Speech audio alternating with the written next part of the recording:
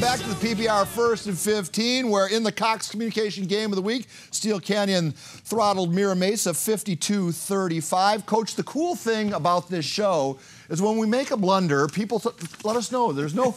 the young man, Nathan, is not from Texas. He is from New Jersey. And he was part of an offensive display. Throw that graphic back up, guys.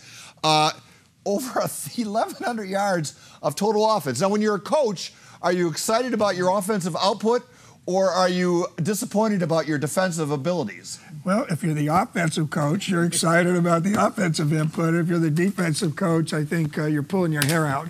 The head coach, if you got the 52, you're happy.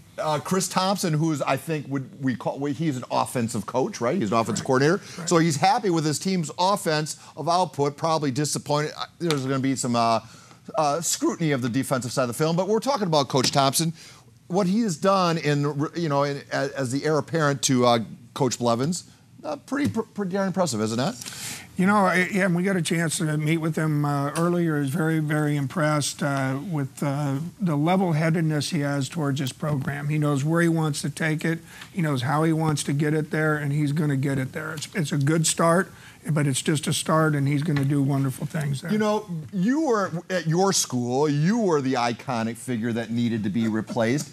So you have a perspective. How difficult is it for a guy like Thompson to come in, or the fact that he was with the program before and he was on Blevin's staff? Does that make it an easier transition? You know, he hasn't been gone for very long. He was there 18 years, and I think so. It was more like a pretty good transition for him. And I think he wants to get it. Obviously, he wants his own stamp on it, and he's going to put his own stamp on it, but he's going to go back to a lot of the things they did well. All right, we got 1 minute. I want to get to two things. The Spanos All-Star Game. Talk about the Elite 24.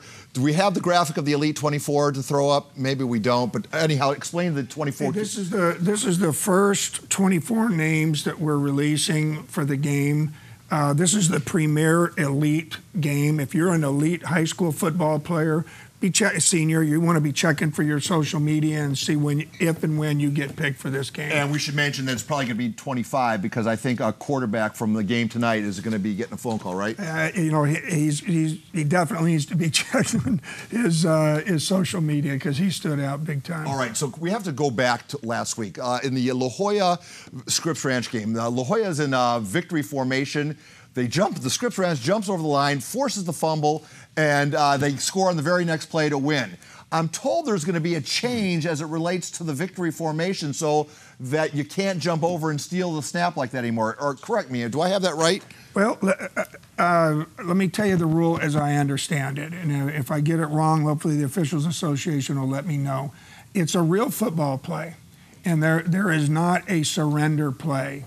However, sometimes it's treated that way, where the assumption is that, okay, we're going to take a knee so that you can't play on this play. That is not the right way for it to happen. However, you cannot have any unnecessary roughness or et cetera. All right, Coach, you're free to go home and get some sleep. Coach Carroll is leaving, but the party has just begun. The main event, the granddaddy of them all, the Prep Picks Report, is coming up now.